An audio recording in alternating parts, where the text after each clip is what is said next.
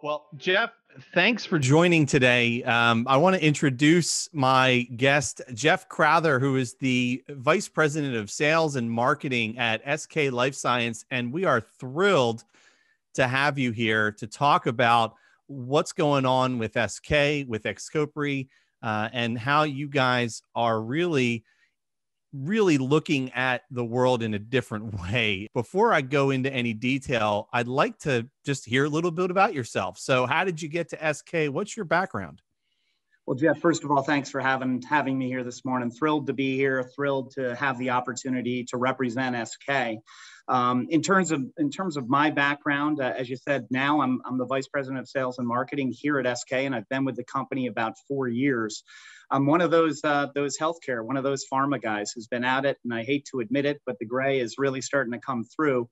About 30 years now in different sales and marketing and leadership roles, whether it was with big companies like Johnson & Johnson, where I was fortunate enough to get my start in pharmaceuticals, or small privately held companies, not even commercial stage companies. And it's interesting, SK, when we came to SK, a handful of us came to SK back in 2017. We weren't a commercial company. We had this dream to bring this product, cenobamate, XCOPRI, to market.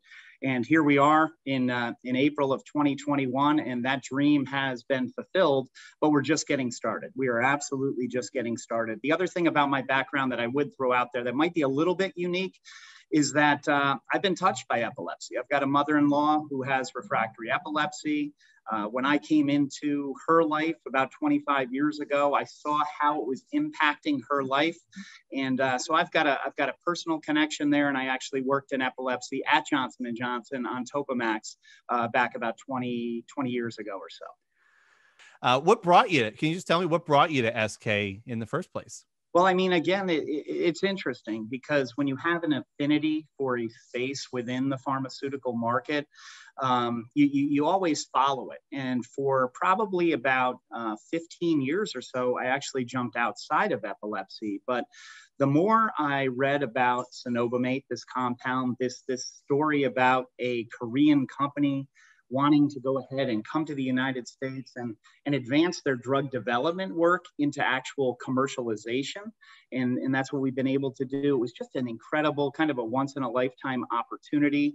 And I'll be honest, I followed somebody here, Sevi Borriello, who's our Chief Commercial Officer, came to SK about 6 months before me and a couple of my colleagues. And so Sevi got over here. He really, got to know the culture of the company, was able to work real closely with other members of medical, for example, our Chief Medical Officer, Mark Kamen, someone that we had worked with prior at J&J. And it really looked like this incredible opportunity. So I'll say thanks to Seb for kind of validating that opportunity for us.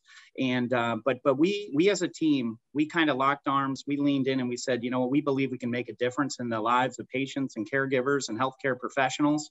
And we kind of committed to that in the early part of 2017. And here we are 4+ years later, just as committed as we were then. Well, thanks, Seb. We appreciate it too. Let's talk about that culture and let's talk about SK as a company. I don't think there are too many pharmaceutical companies in the U.S. that share this. So can you talk a little bit about the history and then how it got to where it is today, because it's fascinating to me.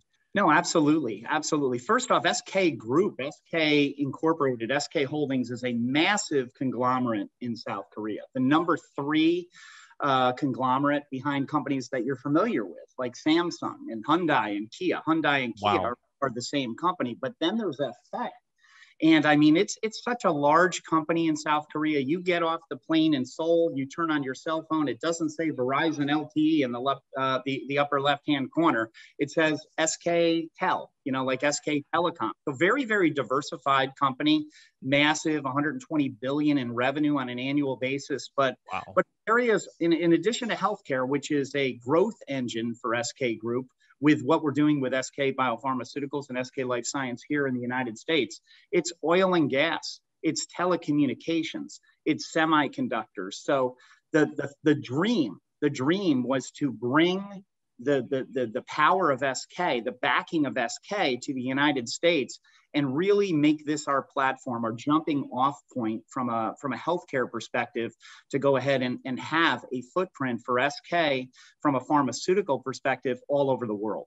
Well, what does that allow you to do? So, I mean, that bringing that resource and that diversity globally, how does that change your work here in the U.S.? What does that allow you to do that you may not have been able to do from your experiences in other places?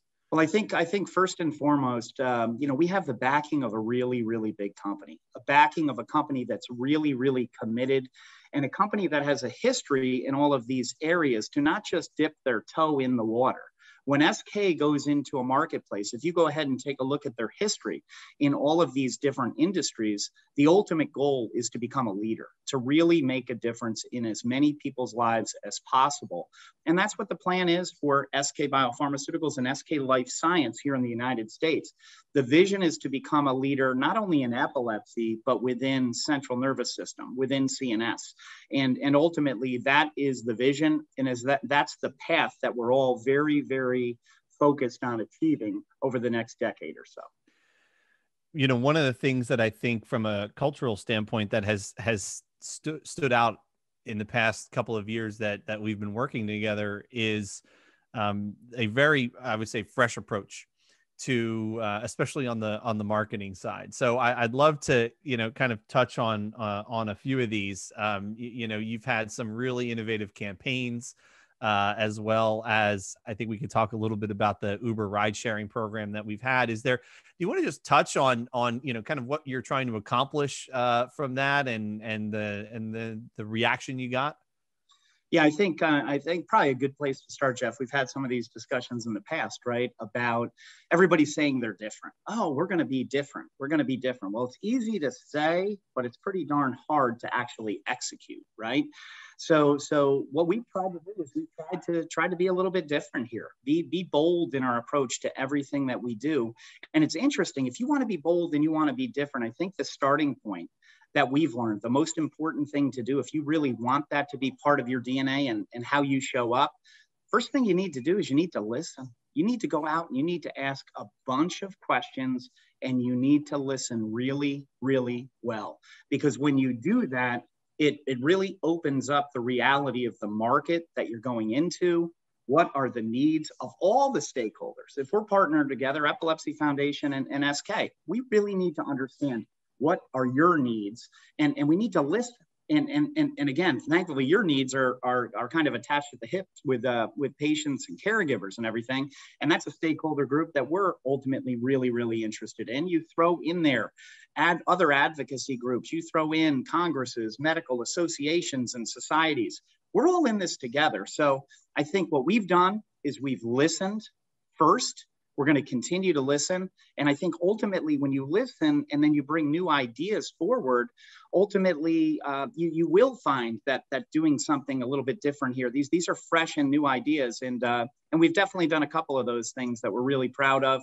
And again, we're not going to rest. Let's talk about XCOPRI. So, give us a little background about how this came to be, and we'll talk a little bit about launching it as well in COVID times here. But can you give a little overview about what XCOPRI is? Yeah, I mean, XCOPRI is a product that's been proven to be safe and effective here in the U.S. So we were granted FDA approval in November of 2019. The product went through the DEA scheduling process. It's a Schedule 5 product. Indicated for adults with partial onset seizures, so 18 and above, in both adjunctive therapy and monotherapy. I mean, as a product comes out to market, basically all of the use initially is adjunctive therapy, because what we found, and we were not surprised to find this, the vast majority of our usage, probably 98-99% of our utilization at launch, is with that most refractory group, the people that have had epilepsy for a long time, the people that are suffering from multiple seizures a day. And it's been nice to bring a product like XCOPRI forward and really lead with efficacy. We're very, very proud of the clinical trial results that we were able to produce and now share in our FDA approved label. median percent reduction rates of 55% as an example in our primary endpoint. And then what does that mean? Tell me what that means in real life. Yeah, so here's what it means, that on average in our clinical trials, that the median percent reduction in seizure reduction was 55% across all the patients that were in the one of the 3 cenobamate arms at different doses, whether it was at a 100 milligrams per day, 200 milligrams per day, or 400 milligrams per day. And then one of the really, really intriguing things that we learned in the study is that this created an opportunity for a percentage of patients to actually become seizure-free during the trial, right? We feel like we've got a product that has really strong efficacy. And one of the things that we did is we learned before we launched XCOPRI, we learned that over the past decade or so, when products have come to market, partial onset seizure products, the focus was really not on efficacy or the effectiveness against the number of seizures and the severity of seizures. It was more focused on the ease of use. Hey, this is a product that's really well tolerated. It's a product that you can get to the dose that the physicians, that the doctors want you to get to very, very quickly. So a lot of these we learned, we listened and did market research. We listened to the physicians that are treating the patients, and we learned that no one was really talking about reducing seizure frequency and severity as the lead message. And we said, you know what, with XCOPRI, that's exactly where we're going to go. Yeah, you kind of found that niche out there and really stayed kind of hyper focused on it, and you're seeing results. How do you see it going, broader? Where do you see that going in the future? Well, I think where we need to go as we move through the life cycle of the product, we need to go where the patients are. We need to go where the patients are. So you start with these real refractory patients that are really being seen by epileptologists. But in terms of overall numbers, more patients are going to see general neurologists. So over time, we want to get out and we want to call on as many of those general neurologists as possible. COVID has definitely presented some challenges there. There's no question about it. Launching in a COVID environment is very different than launching in a non-COVID environment. But you did it, right? But you did it. So tell me, so you guys were gonna launch, I think in the spring at some point of 2020. When were you going to launch, and how'd it go?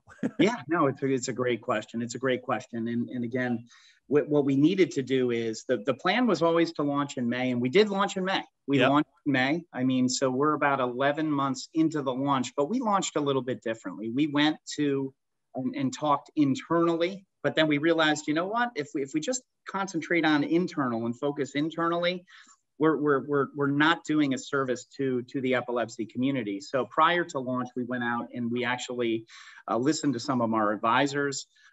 We talked with people like yourselves to talk about the need for XCOPRI to come to market. We made the decision, here's what we're going to do. We're going to launch it, but we're going to launch it in a more targeted approach. We're going to launch it very, very responsibly. We weren't going to shout from the mountaintops that, hey, XCOPRI is here, because you know what? It was May 2020. Our country, the world was going through a crisis with the pandemic. But at the same time, we knew that we had to make this product available because patients needed it. So instead of going out and trying to target 13,000 epileptologists and general neurologists, we said, you know what, let's start with 1,000. Let's start with 1,000. Let's go to the physicians that we believe are treating the most patients where the highest need exists. And that's how we did it. And from there, we then went from 1,000 to 2,000 to 4,000. And even today, again, we are not sitting here saying the most important, as we walk into an office, the most important thing, we're very aware of the fact that it's not about XCOPRI. It's not about the launch of SK and this company. What it is about being respectful, going in with humility to say, we'd like to share some information with you. Hopefully it can help some of your patients out. The other thing, Geoff, you know this, having a personal touch to refractory epilepsy. As good as XCOPRI is, it's not the panacea. I mean, again, this is a product that you will see this response for patient A, a different response for patient B. And again, really, this is an adjunctive product at this point in time, something that is added to other base therapies at this point in time. And, so we're really excited about what we saw in the randomized clinical trials, what we've seen thus far in 11 months of launch here in the United States. We're cautiously optimistic about what the future holds, but we're also realists, because I think it's good to have that balance. And yeah, we believe this is going to be a leading product for a long time here in the US and around the world. But it's also not going to be the perfect drug for every patient out there. It sounds like there's definitely some of that SK influence. I don't always hear the word humility thrown around very frequently. And then I would also say, you have the flexibility to take your time and to do it the right way and to do the right thing rather than the need to push. And that's fascinating, especially since I can only imagine what March and April were like for your team. I mean, that is, because you're launching in May. You had a plan. You guys probably have been working on that for a long time. Yeah. And with not a lot of time to spare, you had to turn on a dime. I mean, what did that feel like? For everybody, I'm not going to lie, for everyone, I mean, that's a moment of angst, right? Because literally you've prepared, I know on the commercial side for multiple years, but I think about my clinical colleagues. I think about people that have been developing this drug for close to a decade. And then all of a sudden, here we are, and we're dealing with this. I mean, again, the first thing you need to do is you need to step back and you need to say, that's totally out of our control. And you need to pivot. You need to take a look at do a little external assessment and say, hey, what's really important here? And you need to just slow down the pace of the game a little bit. And that's what we did. We had to make sure, though, that sales force that was ready to go, we needed to calm their nerves. We need to say, hey, guys, this is a long-term investment. SK came here to be a CNS leader over the course of a decade. This is a headwind that we're going to go ahead and we're going to deal with. We'll take it head on. We'll get a lot of learnings along the way, but we're going to stay true to this course, because at the end of the day, it's the patients and the caregivers that are going to benefit the most. So don't panic. We're going to go ahead and we're going to do a little bit of a targeted launch here.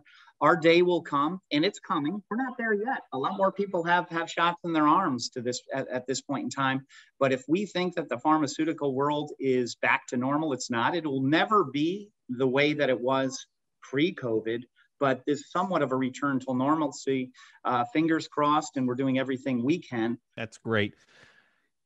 Talk a little bit about the future for SK. So XCOPRI is continuing to get out into the market. It sounds like you've got a real nice steady drumbeat there, heading and increasing over time. What's beyond XCOPRI? So what are you guys working on? What can you tell us? Let's put it that way. Now, I think what I can tell you is what's publicly available on our website, right, at www.sklifescienceinc.com. But you can actually see our pipeline there. Again, our goal is we've got this asset. We're going to continue to study cenobamate, XCOPRI, here in different epilepsy areas. So that's ongoing as we speak. We've also got another couple of epilepsy assets in our pipeline. But again, the vision, the 10-year vision is CNS leadership. It's not just epilepsy leadership. And we recognize that we need to go in and we need to begin to establish SK and XCOPRI within epilepsy. We're in the early chapters of writing that novel. There's no question about it. Very, very early on. There's still a ton of work to be done. But ultimately, if you were to go out to our website, you would see our pipeline and you would see that there is a focus on not only epilepsy, but other CNS areas as well. Wow. Well, what would you like to share with the community in terms of SK, in terms of XCOPRI, kind of recap for us here? What's the takeaways? I think probably to summarize, we're a company that's definitely people-centric. I think you hear a lot about patient centricity, right? I think a lot of companies have talked about that for an extended period of time. But when we got started here and we started to build this company, we started with people, and I'll go so far as to say when we get started here, what are we looking for? For starters, great human beings. We want great human beings. We want to surround ourselves with great human beings that hopefully, as we build the team out, we're adding unique skill sets that don't exist in the core. And that core is always growing, right? So there's more and more challenges as you kind of build that out. But SK is a company that is super people-centric. We're going to go ahead and we're going to bring products to market where there's true unmet need, and they're going to be differentiated products. We believe that XCOPRI checks that box of differentiated, high unmet need. So that's the model that we're going to go ahead and we're going to carry forward, and we're going to expand that core in that case from epilepsy to CNS, and we'll see where things go from there. But you need to have the strategic discipline to stay true to what the vision is. Our vision is CNS leadership. It starts with XCOPRI. It's interesting at www.excopri.com. You can go out there, and one of the things that I love to do is to direct people to patient testimonial section. And there you can learn about Matt's journey. Matt is a real XCOPRI patient. Matt is someone who's been dealing with epilepsy for an extended period of time. And for Matt, the results that he's seen and how XCOPRI has changed his life they're life-changing. I mean, life-changing for him, for his relationships, for his work life, for his family life, his personal life. So I'd encourage people to go out to excopri.com and look at the patient testimonial. Again, I'll put the disclaimer out there. How XCOPRI's impacted Matt's life, that's not going to impact everyone in exactly the same way. But that's a real patient case. And again, this company is committed, is focused on impacting people's lives like we've impacted Matt's. That's what we're shooting for. We know that that's an unrealistic expectation, but we don't care. We're going to work towards that because we believe that we've got a product that can change some lives. Well, Geoff, thank you so much. Remind me again, and remind everybody where they can go to find more information, and we'll put the links in the description. Yeah, I'd say go out to our SK Life Science website, right? That's our corporate site at www.sklifescienceinc.com. There you'll see our corporate awareness campaign. You'll see right on that front page there, the landing page. Give it about 10 seconds for it to settle in, and you'll find out that we will not rest. We are committed to doing everything we can to serve patients within CNS. Then excopri.com. That's for patients to go out and learn more about XCOPRI. XCOPRIHCP.com is for the physicians. And then one other place is www.epilepsycaptives.com. It's a disease state education website, and it's a real bold approach. I mean, we went out and we vetted that campaign with people like yourself. What we're trying to do there before we launched XCOPRI is to say, hey, epilepsy is serious. Epilepsy, it impacts people's lives. So we wanted to make sure that if there's any complacency in this marketplace, that we tried to move past that. But excopri.com is probably the best place for your patients and caregivers to go for information on the product itself. Well, there you go. I want to thank you for your time today and for all the work you're doing in the epilepsy space, and for all your support of the Epilepsy Foundation. SK has been a great partner, and we're really grateful for everything that we've been able to do together. So, Geoff, thank you again. Hey, we're just getting started, Geoff. Look forward to continuing to partner, and thanks again for your time as well. All right. Have a great day. Likewise.